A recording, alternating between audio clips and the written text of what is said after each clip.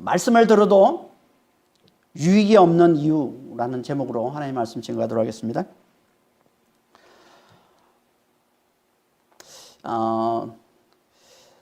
바울은 이제 가이사랴 감옥에 갇힌 지 2년 후에 이제 새로 부임한 유대 총독 이 베스도 앞에서 다시 이제 재판을 받는데요.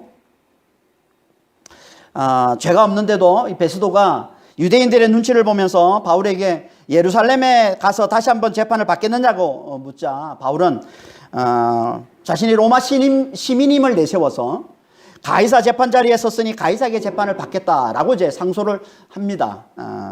그래서 결국은 이제 이 말을 듣고 베스도는 가이사에게 상소하였으니 가이사에게 갈 것이라라고 이제 최종 판결을 내렸습니다.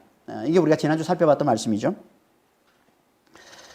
그리고 이제 며칠 후에 이제 그곳에 이제 아그리빠 왕과 버니게가 이제 신임 총독을 문안하러 찾아왔다는 겁니다. 이게 오늘 본문 이제 13절 말씀이죠. 수일 후에 아그리빠 왕과 버니게가 베스도에게 문안하러 가이사랴에 와서, 이 아그리빠 왕은 정확히 이제 말하면 헤롯 아그리빠 2세입니다. 헤롯 아그리빠 2세. 사도행전 12장에 이제 헤롯 아그리빠가 나오는데요. 이제 헤롯 아그리빠 1세죠. 그 이제 사도행전 12장에 나오는 사도 베드로를 죽이려 했던 그 헤롯 아그리빠 1세의 아들이 이제 여기 나오는 헤롯 아그리빠 2세인데요.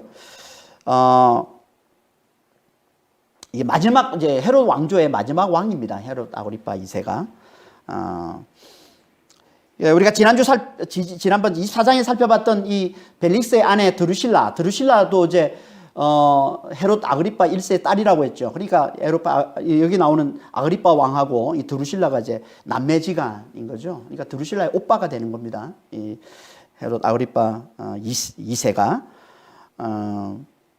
이 원래 이제 아그리빠 1세가 유대 왕인데요. 이제 AD 44년에 죽죠. 그때 이제 아그리빠 2세의 나이가 17살입니다. 그러니까 유대 왕위를 물려받아야 되는데 나이가 너무 어린 거예요. 그래서 대신 이제 유대를 다스리는 총독을 파견하고 아그리빠 2세는 그 이스라엘 북쪽에 조그만 왕국인데 거기 이제 분봉왕으로 가 있으라고 하고, 그러다가 나중에 이제 성인이 되고 나서 이제 갈릴리 지방하고 베레아 지방을 다스리는 이제 왕으로 그렇게 이제 세워집니다. 그러니까 이때 이제 베스도를 찾아올 때가 바로 그때예요. 그러니까 갈릴리 지방하고 베레아 지방의 분봉 왕으로 있을 때 이제 베스도가 이제 유대 총독으로 이렇게 부임해 온 거죠. 하지만 유대 왕은 아니지만 아그리빠 이 왕은 유대 왕은 아니지만 당시에 이제 황제로부터 이 성전 예루살렘 성전에 관한 모든 것들에 대한 권한을 위임받은 왕입니다. 그래서 대제사장도 임명할 수 있었고, 그러니까 어떻게 보면 예루살렘에 관련된 권한을 가지고 있었기 때문에 이 유대 총독하고는 이제 교류가 좀 잦았고요. 그래서 항상 유대 총독이 새로 부임을 해오면 이제 문안하러 유대 총독을 찾아가는데, 이제 지금 베스도가 신임 총독으로 오니까 이제 아그리빠 왕이 이제 찾아온 거예요. 가이사라의 신임 총독을 이제 문안하러 찾아온 겁니다. 그리고 이제 혼자 온 게 아니라 같이 이제 같이 왔다고 그러죠. 누가 같이 왔습니까? 버니게가 같이 왔다. 버니게가 누구냐면, 이제 버니게는 아그리빠 2세, 이 아그리빠 왕의 동생입니다. 한 살 아래 동생이에요, 여동생. 근데 이 버니게는 대단히 이제 좀 이렇게 도덕적으로 문란했던 여자로 이렇게 좀 알려져 있습니다. 어릴 때 이제 삼촌하고 결혼을 합니다. 그리고 이제 삼촌이 죽자 바로 이제 오빠에게 와서 오빠랑 같이 살게 되고, 그러다가 이제 아무래도 이제 소문이 나겠죠. 오빠가 같이 살면서 무슨 건친상간 이게 죄를 범하고 있는 거 아닌가 이런 소문이 나니까 그걸 이제 이렇게 소문을 잠재우려고 이제 길리기아 왕하고 이제 결혼을 합니다. 그리고 그러다가 또 얼마 후에 바로 왕을 버리고 다시 이제 오빠에게 돌아와서 오빠와 함께 살게 됩니다. 이제 그런 지금 상황인 거죠, 지금 상황이. 그리고 나중에는 이제 그 로마 황제 베스파시안이라는 로마 황제가 있는데 그 아들이 이제 티투스예요. 이 아들이 이제 예루살렘을 파괴하게 되는데 나중에 그래서 예루살렘을 멸망시키는 이제 장군이 이제 티투스 장군인데, 이 티투스 장군의 이제 내연녀, 정부가 되기도 해요. 이 이제 버니게가. 그러다가 이제 또 얼마 후에 버림을 당하죠. 대단히 이제 도덕적으로 문란했던 여자인데요. 우리가 지난번에 이제 이 드루실라, 벨릭스의 아내 드루실라에 대해서도 살펴봤고, 또 이 마태복음 14장에 보면 이제 헤로디아라고, 헤롯 안티파스 왕하고 이제 결혼한 이 헤로디아가 나오는데, 이제 헤로디아가 누구냐면 이제 이 고모죠, 고모. 아그리빠 왕의 고모, 이게 버니게의 고모죠. 그러니까 참 이 헤로디아도 그렇고, 다 이게 헤롯 가문의 여자들이 대단히 좀 이렇게 도덕적으로 좀 문란했던 것으로 좀 이렇게 많이 나오는데요. 여자들만 그런 게 아니라 남자들도 마찬가지입니다. 남자들은 게다가 또 왕위를 위해서라면 형제와 아내와 자식까지 죽이고 마는 너무나 잔인하고 이게 탐욕스러운 자들로 이제 이렇게 나타나 있죠. 이들이 당시 이제 세상을 호령하던 왕족들입니다. 왕족, 로얄 패밀리. 헤롯 가문만 이렇게 대단히 좀 이렇게 악명이 높았을까요? 로마 황제들도 마찬가지입니다. 로마 황제들은 더 했겠죠. 로마 황제들은. 그럼 뭐 다른 왕족들도 대부분 다 비슷했을 겁니다. 그리고 정도의 차이는 있지만 지금도 마찬가지 아닙니까? 지금도 권력을 가진 자들을 보면 권력을 위해서 얼마나 잔인하고 탐욕스럽습니까? 또 쾌락을 위해 또 얼마나 성적으로 문란합니까? 뭐 뉴스 같은 걸 보면 참 권력을 가지고 있는 우리 서민들은 잘 알지 못하는 그런 권력을 가진 자들의 그 비하인드 스토리를 보면 대단히 잔인하고 탐욕스럽고 또 도덕적으로 성적으로 대단히 문란한 그런 뉴스들을 많이 우리가 접하게 되잖아요. 이게 하나님을 떠난 세상 왕들의 모습인 거예요. 세상 왕들. 세상의 힘과 권력과 이 부를 가지고 있는 자들의 모습인 거죠. 세상 왕들은 세상에 속한 사람들을 대표하는 자들을 얘기하는 거예요. 그래서 성경에서는 자주 이 세상의 심판을 왕들에 대한 심판으로 자주 말씀을 하고 있습니다. 그러니까 하나님을 떠난 이 사람들, 우린 다 왕이 되기를 원하고, 왕이 되면 누구라도 이런 교만과 탐욕과 정욕에 사로잡혀 살게 된다는 거예요. 그걸 대표적으로 보여주는 게 헤롯 가문의 사람들인 겁니다. 아그리빠 왕과 버니게를 비롯한 헤롯 가문의 사람들. 이렇게 죄악에 사로잡혀 있는 아그리빠 왕과 이 버니게가 이제 신임 총독 베스도를 이제 문안하러 가이사랴에 찾아온 겁니다. 그리고 그곳에 이제 여러 날 그곳에 머물고 있을 때 베스도가 이제 옥에 갇혀 있는 바울에 대한 얘기를 하게 됩니다. 그게 이제 14절에서 21절 말씀이죠. 여러 날이 있더니 베스도가 바울의 일로 왕에게 고하여 이르되 벨릭스가 한 사람을 구려하여 두었는데 내가 예루살렘에 있을 때 유대인의 대제사장들과 장로들이 그를 고소하여 정죄하기를 청하기에 내가 대답하되 무릇 피고와 원고들 앞에서 고소 사건에 대하여 변명할 기회가 있기 전에 내주는 것은 로마 사람의 법이 아니라 하였노라. 그러므로 그들이 나와 함께 여기 오매 내가 지체하지 아니하고 이튿날 재판자리에 앉아 명하여 그 사람을 데려왔으나 원고들이 서서 내가 짐작 같은 것 같은 악행의 해면을 하나도 제시하지 아니하고 오직 자기들의 종교와 또는 예수라 하는 이가 죽은 것을 살아있다고 바울이 주장하는 그 일에 관한 문제로 고발하는 것뿐이라. 내가 이 일에 대하여 어떻게 심리하는지 몰라서 바울에게 묻되 예루살렘에 올라가서 이 일의 신문을 받으려느냐 한즉 바울은 황제의 판결을 받도록 자기를 지켜주기를 호소하므로 내가 그를 가이사에게 보내기까지 지켜두라 명하였노라. 우리가 지난주 앞에서 살펴봤던 내용들을 이제 이 베스도가 좀 어떻게 보면 자기를 좀 미화하면서 이제 자기 입장에서 이제 아그리빠 왕에게 요약해서 이제 설명해주고 있는 건데요. 이게 보면 이제 이 베스도 총독이 자기를 미워하고 있어요. 앞에서는 유대인들의 마음을 얻기 위해서 유대인의 눈치를 보면서 예루살렘에서 재판을 받으려느냐라고 했는데 이제 베스도는 뭐라고 얘기합니까? 그거를 보면 20절에 보면 내가 어떻게 심리할지를 몰라서 그러니까 사실을 확인을 하기 위해서 예루살렘에서 재판받으려고 물었다라고 얘기를 하고 있는 거예요. 이게 자기를 좀 미워하면서 이제 바울 이 고발 사건에 대해서 이제 얘기를 해주고 있는 겁니다. 그런데 여기 잘 보면 이 고발 사건을 베스도가 어떻게 파악을 하고 있는지를 이제 잘 보여주고 있는데요. 그걸 이제 보여주고 있는 말씀이 18절, 19절 말씀이에요. 원고들이 서서 내가 짐작했던 것 같은 악행의 해면은 하나도 제시하지 않냐고, 오직 자기들의 종교와 또는 예수를 하는 이가 죽은 것을 살아있다고 바울이 주장하는 그 일에 관한 문제로 고발하는 것뿐이라. 그러니까 베스도는 그들이 무슨 뭐 바울이 대단히 심각한 어떤 죄를 범해서 고발하는 줄 알았는데, 듣고 보니까 그들이 고발하는 내용을 듣고 보니까 그건 그들의 종교 문제, 종교에 관한 것, 그리고 바울이 살아있다고 주장하는 죽은 예수에 관한 것뿐이다 라고 얘기하는 거예요. 그러니까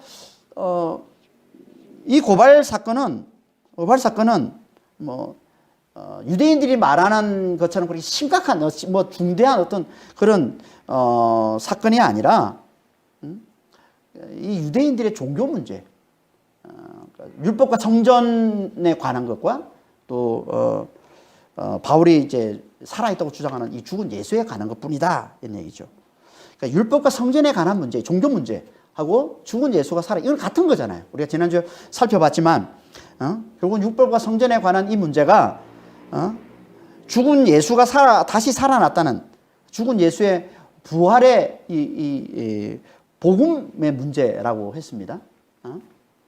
지난주에 우리가 자세히 이제 살펴봤었는데, 그러니까 바울이 전하는 죽은 예수의 부활, 다시 말해서 그를 믿는 자는 누구라도 부활에 이른다는 이 구원의 이 복음의 이 문제, 이게 곧 많은 유대인들을 율법과 성전에서 돌아서게 만드는 이게 율법과 성전의 문제가 되는 거라는 거예요. 같은 얘기를 하고 있는 거죠.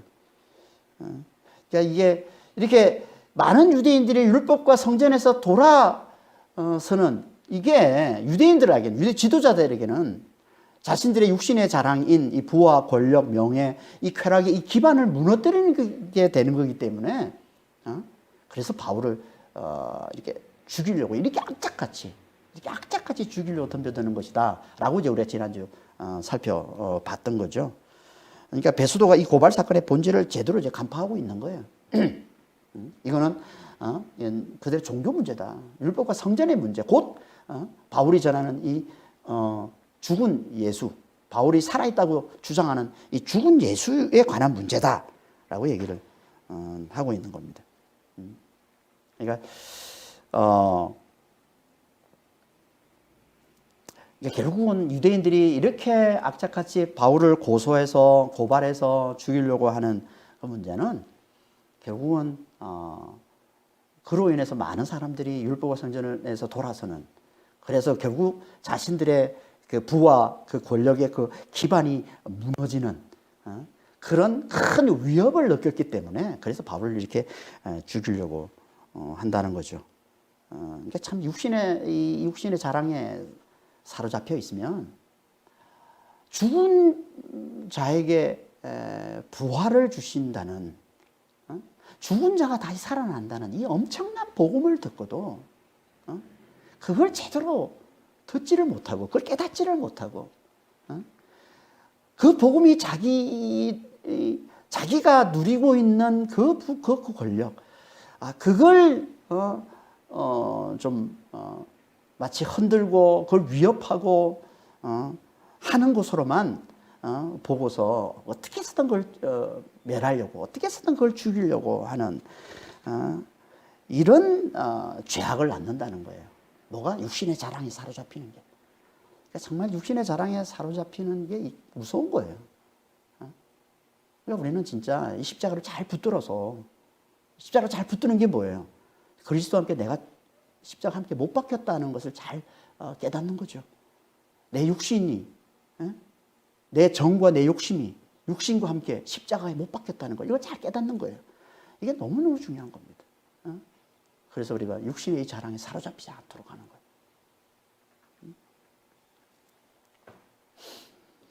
하지만 이렇게 육신의 자랑에 사로잡혀 사는 자라도, 사로잡혀 살고 있는 자라 할지라도 이 복음 때문에 자기가 직접 이렇게 크게 위협받는 경우가 아니라면 어? 복음을 들을 때 그 복음에 관심을 나타내 보이게 돼 있다는 겁니다. 육신에 자랑에 사로잡혀 있는 자라 할지라도 그걸 잘 보여주는 게 그게 이제 22절에 나오는 이 아그리빠 왕의 반응이에요. 22절 한번 볼까요? 아그리빠가 베스도에게 이르되 나도 이 사람의 말을 듣고자 하노라. 베스도가 이르되 내일 들으시리다. 아그리빠 왕이 이제 이 바울 고발 사건에서 쭉 얘기를 하고 특히 이제 이 바울이 주장하는 죽은 예수가 살아 있다라고 바울이 주장한다는 얘기를 듣고는 그렇다면 나도 바울의 얘기를 한번 직접 듣고 싶다라고 반응하고 있는 거예요. 그러니까 갑자기 호기심이 일어난 거죠. 죽은 자가 다시 살아난다고? 죽은 예수가 살아났다고? 그걸 주장한다고 하니까 호기심이 일어난 거예요. 물론 이 얘기를 이 아그리빠 왕도 어느 정도 알고 있었을 거예요. 왜냐하면 갈릴리와 이 베레아 지방을 다스리고 있는 왕이기 때문에 뭐 오랫동안 유대 지역에 이렇게 떠돌고 있는 이야기였을 테니까 잘 알고 있었겠지만 한 번도 그 얘기를 제대로 들어본 적이 없었어요. 그런데 지금 그 이야기를 가장 잘 아는 가장 유명한 전도자, 최고의 전도자가 지금 붙잡혀서 지금 그곳에 갇혀 있다는 얘기를 들으니까 그가 전하는 그 죽은 예수의 그 부활에 대한 이야기를 직접 한번 들어보고 싶은 생각이 든 거죠. 진짜 죽은 예수가 살아나는 게 진짜일까? 이런 생각이 든 거예요. 사람이 진짜 죽었다가 다시 살아날 수 있는 건가? 이런 생각이 든 거예요. 그러니까 호기심이 생긴 거예요. 궁금증이 생긴 거예요. 그래서 듣고 싶다고 하는 거예요. 이게 복음인 겁니다. 복음. 복음은요, 세상 사람들의 호기심을 자극하는 너무나 신기해 보이는 이야기예요. 이게 복음인 거예요. 그게 왕이든 아니든, 뭐 세상의 부와 권력과 명예와 쾌락을 온갖, 이 쾌락을 즐기고 있는 왕이든, 아니면 너무나 힘들고 가난하게 살아가는 평민이든, 뭐 죄인이든 상관없이, 세상에 살고 있는 모든 사람들의 호기심을 자극하는 게 뭐냐면 이게 복음이라는 거예요. 왜요? 왜? 복음 안에는 모든 사람들이 두려워하는 이 사망에 대한 자유가 있기 때문에. 복음 안에. 사망에 대한 자유. 인간은 다 사망을 두려워하잖아요. 죽기를 두려워하잖아요. 그런데 이 복음은 뭐예요? 죽으시고 부활하신 예수께서 그 사망에서 우리를 자유케 해주셨다는 이 놀라운 소식을 선포해 주는 게 복음이잖아요. 그러니까 모든 사람들이 너무너무 어떻게 보면 관심이 있을 만한 주제를 담고 있는 게 복음이에요. 사망에서 자유케 해주는. 그래서 히브리서 2장 14절 15절에 이렇게 말씀하고 있는 거예요. 자녀들은 혈과 육에 속하였으며 그도 또한 같은 모양으로 혈과 육을 함께 지니심은, 그는 그리스도를 얘기하는 거예요. 예수님을 얘기하는 거죠. 함께 지니심은 죽음을 통하여 죽음의 세력을 잡은 자 곧 마귀를 멸하시며 또 죽기를 무서워함으로 한평생 매여 종로로 사는 모든 자들을 놓아주려 하십니다. 모든 인생은 다 뭐라고 하느냐, 한마디로 죽기를 무서워하며 사는 자들이에요. 죽기를 무서워함으로 마귀의 종로로 타며 사는 자, 이게 인생이라는 거예요. 모든 인간들이라는 거예요. 그 인간들을 풀어주기 위해서, 그 인간들을 그 죽음의 두려움에서, 그 사망의 두려움에서 풀어주기 위해서, 자유케 해주기 위해서 예수님께서 죽으시고 부활하셨다라고 말씀하고 있는 거죠. 그러니까 복음의 핵심은요, 복음의 핵심이 뭐라는 거예요? 모든 사람들이 사로잡혀 있는 이 사망의 두려움을 몰아내는 이 죽은 예수의 부활을 잘 전하는 거라는 거예요. 죽은 예수의 부활을 잘 전하는 거예요. 누구라도 예수를 믿으면, 죽은 예수가 부활하셨다는 이 복음만 누구라도 잘 믿으면 누구든지 그 사망에서, 그 죽음에서 자유할 수 있다는 이 복음을 전할 때 그 복음에 다 귀를 기울일 수밖에 없다는 거예요.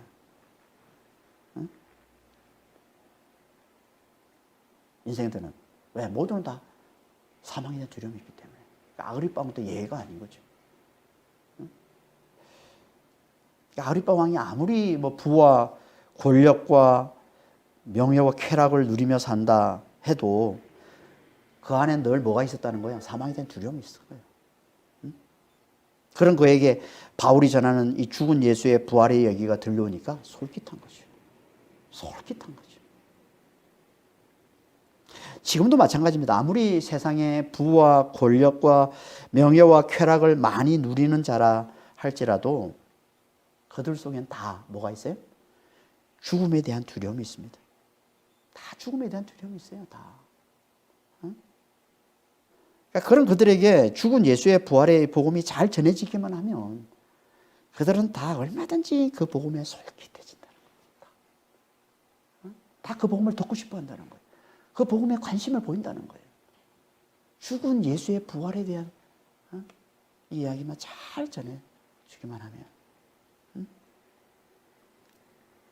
그러니까 우리는 바울이 권면한 대로 때를 얻든지 못 얻든지 부활의 이 복음을 전하는 일에 힘쓰는 자가 되어야 되는 게 맞는 거죠. 디모데후서 4장 2절에 바울이 이렇게 얘기합니다. 너는 말씀을 전파하라. 때를 얻든지 못 얻든지 항상 힘쓰라. 때를 얻는다는 것은요, 말씀 전하기 좋은 환경을 만나는 걸 얘기해요. 그러니까 복음을 받아들이는 좋은 환경뿐만 아니라 그렇지 않은 환경이라 할지라도 누가 복음을 잘 받아들입니까? 보통 가난한 자들이죠, 그렇죠? 가난한 자이 복음. 그러니까 가난한 자가 아니라도, 그러니까 왕같이 복음을 받아들일 것 같지 않은 자들에게라도 복음을 전하기 힘쓰라는 거죠. 왜요? 부활의 이 복음은 누구에게나 다 필요한 것이고, 그리고 누구에게나 다 솔깃한 복음이 되기 때문에 누구나 다 관심을 가질 만한 너무나 솔깃한 복음이기 때문에 그런 거예요. 하지만 그렇게 죽은 예수의 부활의 복음에 솔깃해서 호기심으로 그 복음을 듣는 자들이 많이 있다고 해도 실제로 뭐 호기심으로 복음을 듣는 사람들 많아. 요즘처럼 이렇게 뭐 진짜 TV만 틀면 이렇게 기독교 방송도 나오고 뭐 어디든 성경이 또 이렇게 세상에서 가장 많이 팔리는 책이 성경책이라고 그러잖아요. 베스트셀러. 가장 많이 팔리는 책, 역사적으로 가장 많이 팔린 책이 성경책이에요. 하는 질문. 이렇게 마음만 먹으면 얼마든지 복음을 들을 수 있는 그런 환경이지만, 근데 실제로 그 복음을 듣고 구원에 이르는 자는 극소수라는 거예요. 참 죽은 예수의 부활의 이 복음이 솔깃하죠. 그래서 많은 사람들이 한 번씩 봐요. 성경책 한 번씩 다 보죠.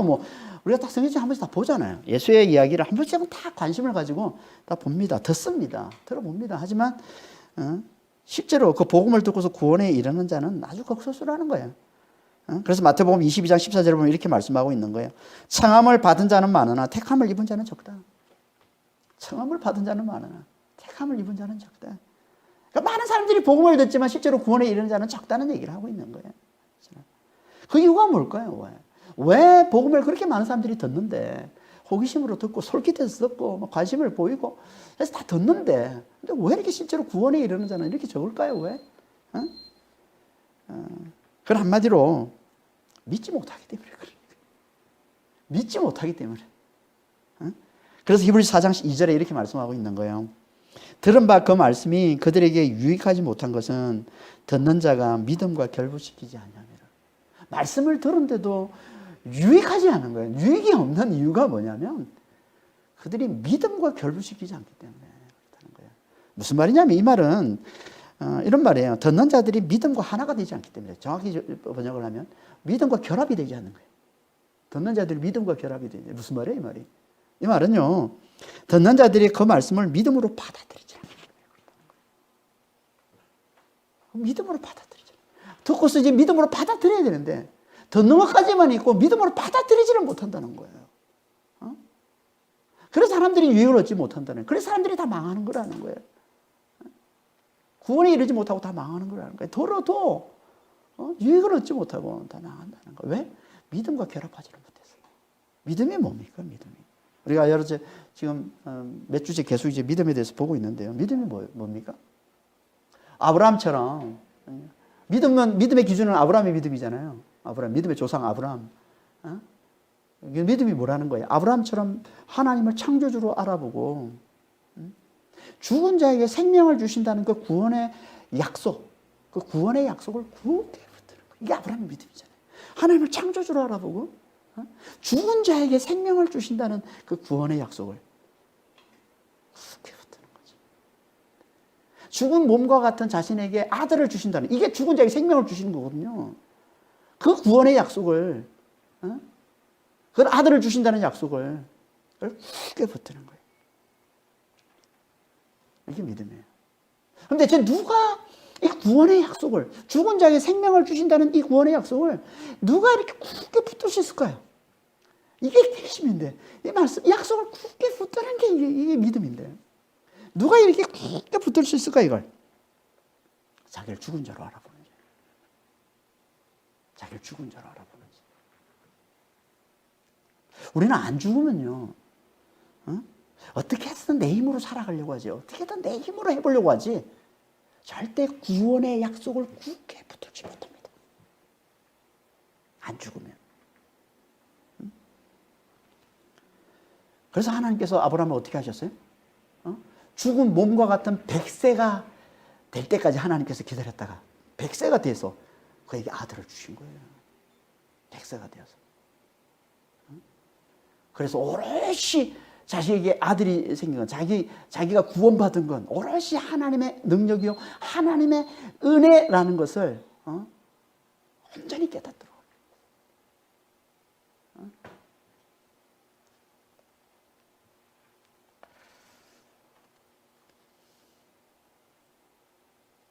이걸 신약으로 하면 뭐예요? 이걸 신약으로 하면 죽은 예수를 하나님께서 살리셔서 그 안에서 나를 구원하셨다는 구원의 복음을 굳게 붙드는 거예요. 이게 믿음이에요. 죽은 예수를 하나님께서 살리셔서 그 안에서 나를 구원하셨다는 구원의 복음. 이걸 굳게 붙드는 거예요. 누가 이걸 굳게 붙들 수 있어요? 누가? 예수의 그 죽음을 내 죽음으로 알아보는 자예요. 예수께서 내 모든 죄를 지고 나를 위해 죽으셨다는 걸 잘 알아보는 자. 이걸 예수의 죽음을 내 죽음으로 알아본다는 거예요. 내 모든 죄를 그분이 다 짊어지시고 나를 위해 그분이 죽으셨다는 걸 잘 알아보는 거예요. 이게 예수의 죽음을 내 죽음으로 알아보는 것이고, 이렇게 예수의 죽음을 내 죽음으로 알아보는 자만이 이 구원의 복음을 굳게 붙드는 자가 되는 겁니다. 그러면 어떻게 하세요? 그러면 하나님께서 그에게 성령을 부어주셔서 부활과 영생의 기쁨과 평강을 누리게 해주시는 겁니다. 그러니까 예수의 죽음과 부활의 복음을 들을 때 그 죽음을 내 죽음으로 알아보고 그 복음을 굳게 붙드는 믿음이 있어야 예수의 부활이 내 부활이 되는 구원에 이르는 이 유익을 얻는 것이지, 성령 안에서 그걸 맛보고 그거 나중에 마침내 주님이 다시 오시는 날 온전히 누리게 되는 것이지, 아니면 우리는 절대 구원에 이를 수 없다는 거예요.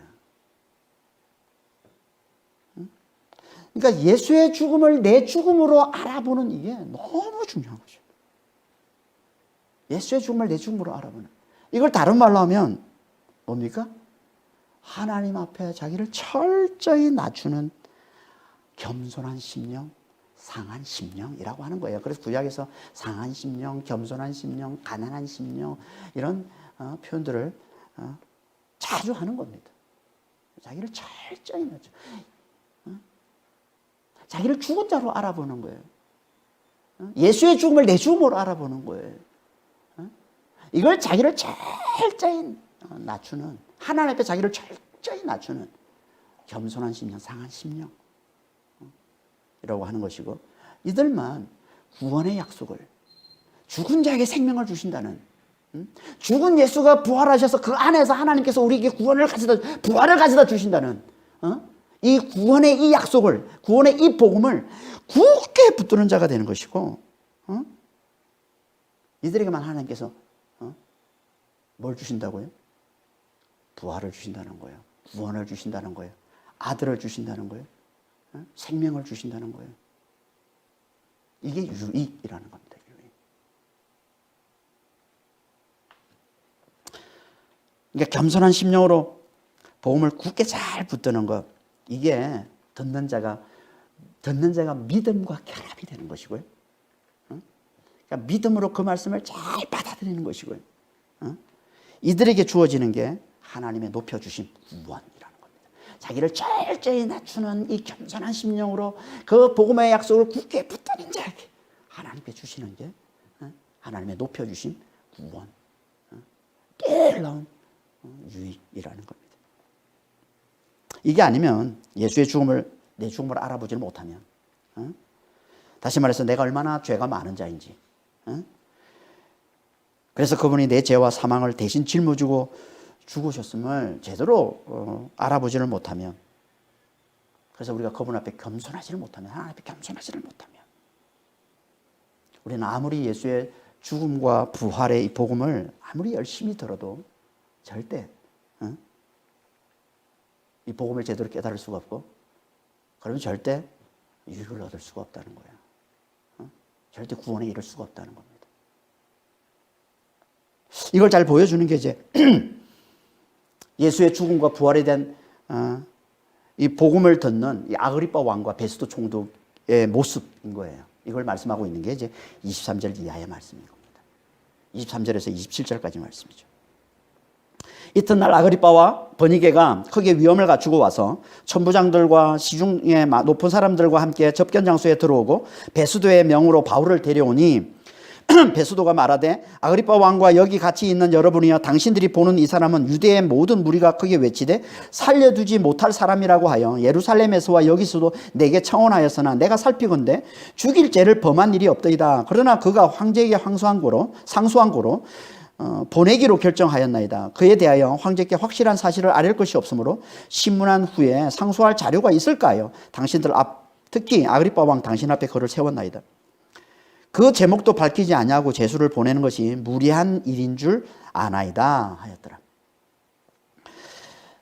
이 말씀은 이제 26장에 나오는, 우리가 다음 주부터 살펴볼 이제 26장에 나오는 바울의 전도를 이제 듣기 전에 아그리빠 왕과 베스도 총독의 모습을 지금 보여주고 있는 겁니다. 23절 이하의 말씀은. 23절 이 말씀은 원래 좀 이런 말씀이에요. 다음날 아그리빠 왕과 버니게가 아주 위험 있게 화려하게 차려입고 와서 천부장들과 또 그 도시의 높은 자들과 함께 접견실로 들어왔고 베스도의 명령으로 바울이 끌려왔다.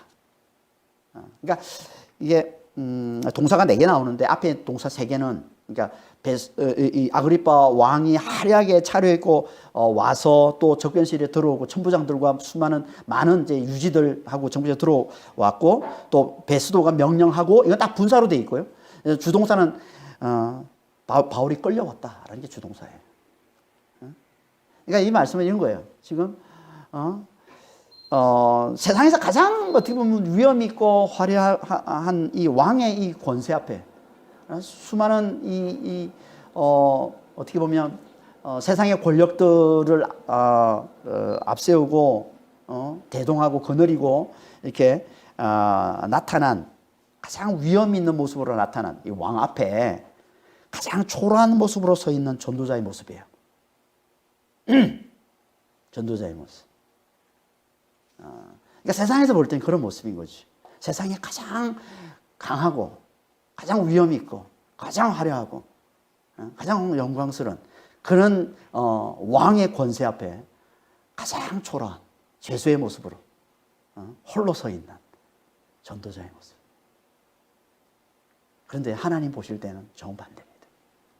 하나님 보실 때는 너무나 영광스러운 전도자 앞에 너무나 초라한 왕들이 서 있는 거예요.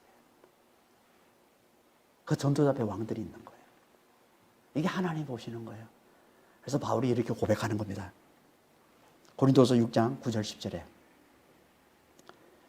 참 너무나 저는 이 말씀을 항상 볼 때마다 너무 감동받는 말씀이에요. 고린도서 6장 9절 10절입니다.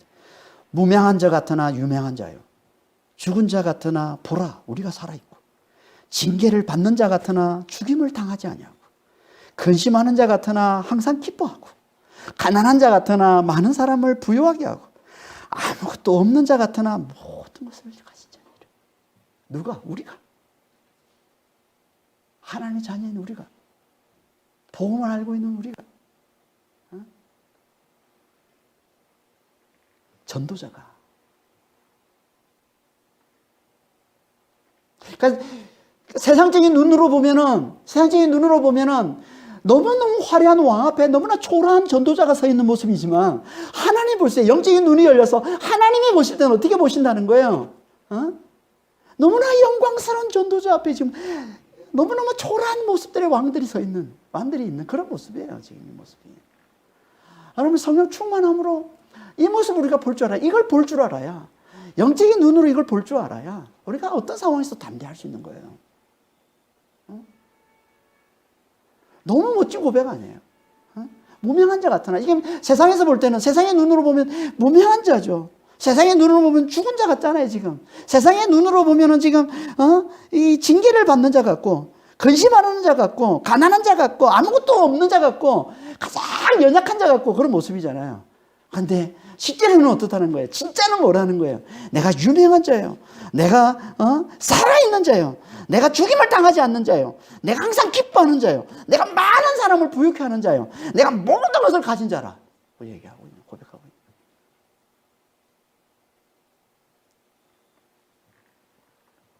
이게 하나님이 함께하는 자의 모습이에요. 하나님이 함께하는 자. 하나님께 사로잡힌 자, 성령께 사로잡힌 자의 모습이에요. 세상에 가장 영광스러운, 세상에서 가장 강하고, 세상에서 가장 부유한 자. 모습이라는 이걸 볼 줄 알아야, 성령 충만함으로 우리가 이걸 볼 줄 알아야 어떤 상황에서도 우리가 담대할 수 있는 겁니다. 그러니까 지금 아그리빠 왕과 버니게는 지금 교만으로 가득해서 교만으로 가득해 있는 거죠. 그래서 세상에서 가장 화려하고 가장 위험 있는 옷으로 차려입고 가장 위험 있는 모습으로 지금 최대한 뽐을 내면서 수많은 권력자들을 거느리고 바울이 전하는 복음을 듣겠다고 지금 나온 거잖아요, 지금. 바울의 변명을 듣겠다고 나온 거잖아요, 지금. 아니, 이렇게 교만이 가득해서, 세상 모든 사람들 위해 자기를 높이려고 하는, 자기를 다 높이 세우려고 하는 이런 교만이 가득한 마음으로 복음을 들으면 그 복음이 들리겠습니까? 들릴 수가 없죠. 교만으로 가득한 마음에는 절대 복음이 제대로 들리지는 않습니다. 왜요? 복음은 절대 자기를 높이는 자에게는 들리지 않기 때문에. 복음은 오직 자신을 죄인으로 알아보고 죽을 수밖에 없는 연약한 자로 알아보고 그 복음만을 굳게 붙드는 이 겸손한 심령의 이 믿음으로 듣는 자에게만 들리는 게 복음이기 때문에 그러는 거예요. 그래서 하나님께서 항상 뭐라고 말씀하세요? 교만한 자는 하나님 대적하시고 겸손한 자는 하나님 높여주신다고. 겸손한 자는 하나님께서 은혜를 베풀어 주신다고 말씀하시는 거예요. 베드로전서 5장 5절입니다. 하나님은 교만한 자를 대적하시되 겸손한 자들에게는 은혜를 주시느니라. 은혜를 베풀어 주시는 거예요. 겸손한 자에게. 그러니까 자신을 죽을 수밖에 없는 죄인으로 알아보는 게, 자신의 죄를 대신해서 예수님이 죽으시는 것을 제대로 알아보는 게, 예수님의 그 죽음을 내 죽음으로 알아보는 이 철저히 자기를 철저히 낮추는 이 겸손한 심령으로 복음을 굳게 붙드는 게 너무너무 중요한 겁니다. 이게 아니면 우리는 누구도 이 겸손한 심령으로 믿음으로 복음을 받지 않으면 우리 누구도 이 복음을 제대로 깨달을 수 없다는 겁니다. 그래서 아그리빠 왕과 버니게가 다음 주 살펴보겠지만 바울로부터 너무나 놀라운 예수의 이 죽음과 이 부활에 관한 이 복음을 아주 자세히 구체적으로 바울이 이제 26장에서 지금까지 했던 바울의 이 감정 중에 가장 구체적이고 자세하게 이제 감정을 이제 나누는데 너무나 구체적이고 또 자세한 이 예수의 죽음과 부활에 대한 이 복음을 듣고도 아무 유익을 얻지 못한 거예요. 아그리빠 왕과 버니게가. 왜? 그 속에 교만함이 가득하니까. 교만함이 가득하니까. 그래서 한번 드러나 볼까? 그래, 대단히 좀 이렇게 신기한 얘기긴 한데 한번 해봐. 교만함으로 복음을 그렇게 마치 호기심만 자극해주는 그런 것쯤으로 내 귀를 즐겁게 해주는 것쯤으로 여기고 복음을 듣는 자에게는 절대 복음이 제대로 들리지 않는다는 겁니다.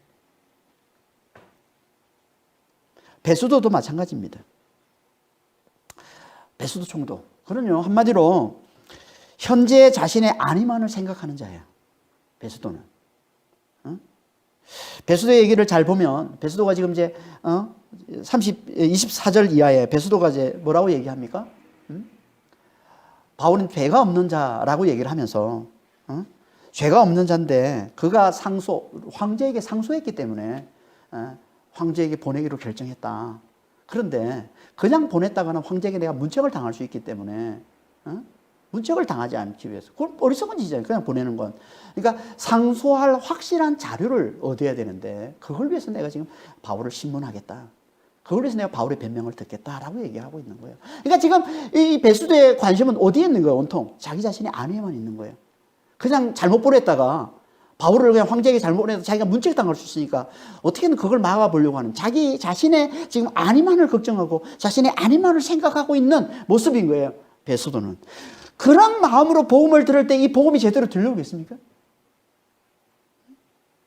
아무리 복음을 열심히 들어도 절대 복음을 제대로 들을 수가 없는 거예요. 절대 복음을 제대로 깨달을 수가 없는 겁니다. 절대 유익을 얻을 수가 없는 거예요. 그러니까 이게 어리석은 거죠. 어리석은 거지. 진짜 어리석은 건 이건 거예요. 그냥 27절에 상소 자료도 없이 그냥 바울을 황제에게 보내는 게 자기는 여기 무리하다는 단어가 이성이 없는 미친 짓, 어리석은 짓이란 말이거든요. 그냥 보내는 게 이게 어리석은 짓이 되니까 자기가 어떻게든 상소를 해서 자료를 확실하게 자료를 이렇게 만들어서 이제 황제에게 보내야 되겠다고 얘기했지만 진짜 어리석은 게 뭐라는 거예요? 자신의 지금 현재 안위만을 걱정하고서 너무나 놀라운 이 복음을 제대로 듣지 못하는 너무나 귀한 이 복음을 무시하고 멸시하는 이게 진짜 어리석은 거라는 거예요. 우리도 마찬가지입니다. 현재 자신의 안위만을 걱정하면서 지금의 나의 이 삶의 이 평안함과 나의 삶의 이 안정만을 생각하면서 우리가 복음을 듣고 있다면 우리는 절대 복음을 제대로 들을 수 없습니다.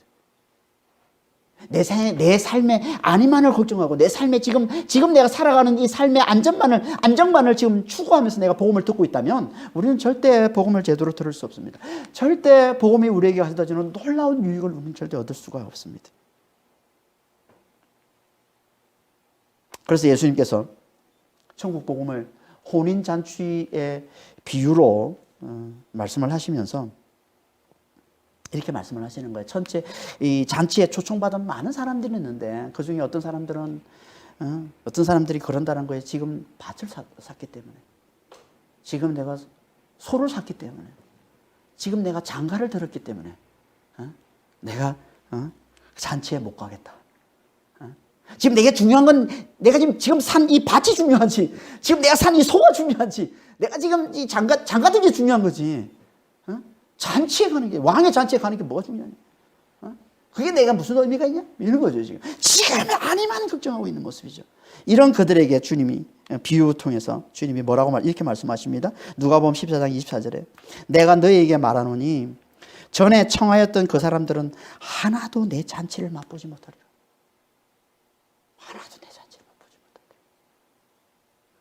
못하리라. 잔치에 초청했는데 잔치에 이게 천국 복음이란 말이에요. 그렇게 복음을 천국의 복음, 하나님 나라의 복음을 들려주고 하나님 나라에 들어오도록 초청을 했는데 그걸 무시하고 나는 지금 내가 산 소가 중요하고 내가 지금 산 밭이 중요하고 내가 지금 이 장가든 게 이게 중요해서 난 그런 게 관심 없다라고 하는 자들은 뭐라는 거예요? 절대 내 잔치에 들어올 수가 없다. 절대 천국에 들어올 수 없다. 절대 구원에 이룰 수 없다라고 얘기하는 거예요. 그러니까 현재 자신의 안위만을 생각하고 자신의 안위만을 걱정하고 살아가는 자들, 그들은 절대 구원에 이룰 수 없다는 거예요. 반드시 그들은 아무리 복음을 들어도 그 복음을 결국 멸시하게 돼 있고 무시하게 돼 있고 결국 구원에 이룰 수가 없다는 거죠. 그러니까 오늘 본문에서 우리가 아무리 복음을 열심히 들어도 유익을 얻지 못하는 이유를 두 가지로 말씀해 주고 있어요. 하나는 뭡니까?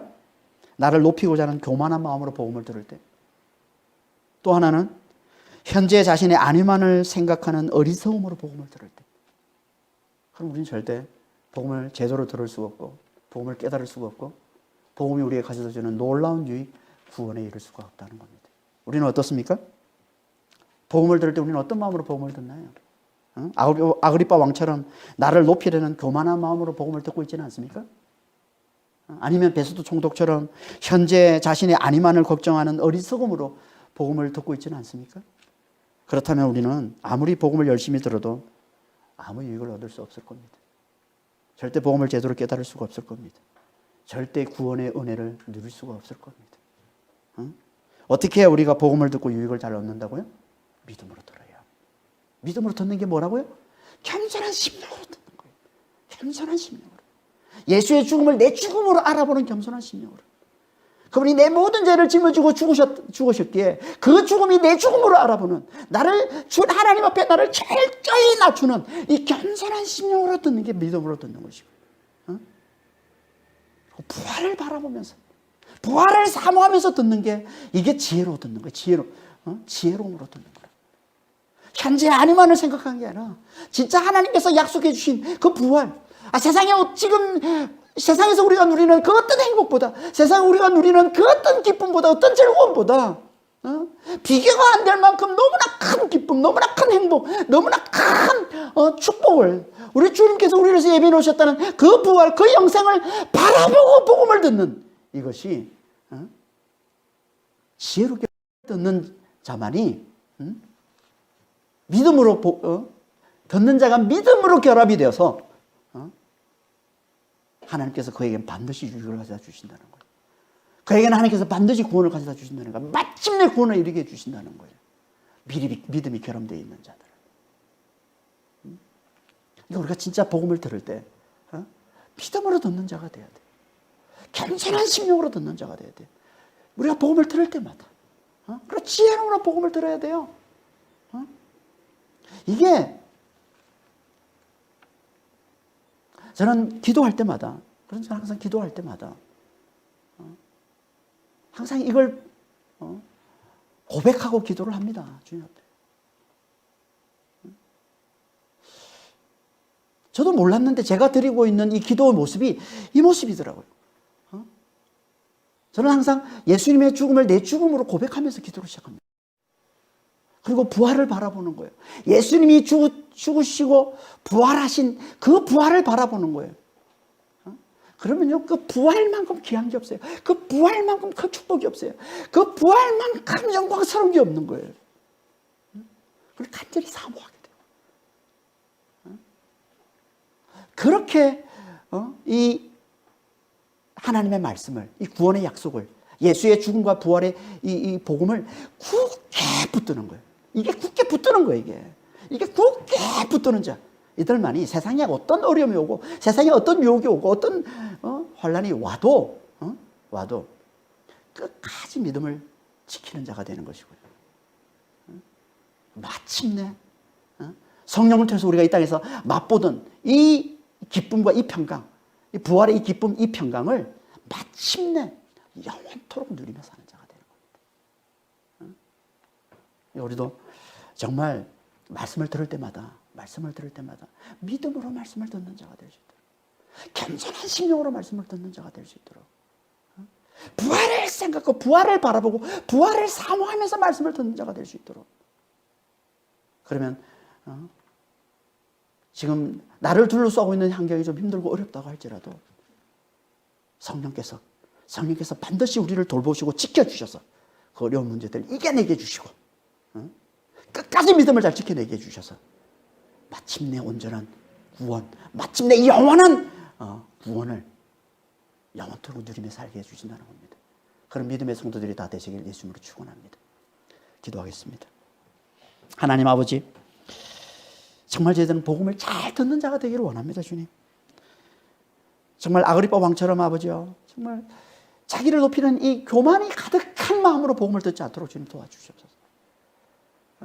그리고 베스도 총독처럼 아버지 하나님, 정말 현재의 자신의 이 안위만을 걱정하고 그 안위만을 생각하면서 복음을 듣는 자가 되지 않도록 주님 도와주시옵소서. 정말 저희는 겸손한 심령으로 복음을 듣기를 원합니다. 예수의 그 죽음이 내 죽음임을 알아보는, 예수님께서 내 모든 죄를 짊어지고 달려 죽으셨다는 아버지 하나님, 그 죽음을 볼 때마다 주여 그게 내 죽음임을 알아보고 나를 하나님 앞에 철저히 낮추는 아버지요, 이 겸손한 심령으로 복음을 듣게 하시고, 그렇게 죽은 자에게 하나님이 주신다고 약속하신 이 부활, 이 영생, 아버지 하나님, 세상의 어떤 기쁨과 세상의 그 어떤 즐거움과 비교가 되지 않는 아버지 하나님, 그 엄청난 아버지 하나님 축복, 그 엄청난 기쁨, 그 엄청난 아버지여 그 평강을 아버지 사모하고 바라보면서 주여 복음을 듣는 자가 되게 하여 주시옵소서. 그럴 때 우리가 아버지여 끝까지 아버지 하나님 복음을 굳게 붙드는 아버지 믿음으로 복음을 듣는 자가 되어서 마침내 하나님 우리에게 약속하신 아버지 놀라운 유익, 영원한 구원, 영원한 축복을 아버지 우리가 받아 누리며 살 수 있습니다. 주님, 아버지 하나님, 우리가 매일 말씀을 들을 때마다 주여 믿음으로 말씀을 듣는 자가 될 수 있도록, 겸손한 심령으로 말씀을 듣는 자가 될 수 있도록, 지혜로움으로 말씀을 듣는 자가 될 수 있도록 주님 저희들을 축복하여 주시옵소서. 그래서 끝까지 믿음을 아버지여 굳게 잘 지키다가 아버지여 반드시 하나님이 약속해 주신 아브라함을 통해서 또 이스라엘 민족을 통해서 아버지 하나님 또 예수님을 통해서 아버지 우리에게 아버지 보여주신 이 놀라운 아버지 하나님 축복, 부활, 영생, 영원한 기쁨 누리며 사는 자가 다 될 수 있도록 저희들을 축복하여 주시옵소서. 감사하며 우리 주 예수 그리스도로 기도합니다.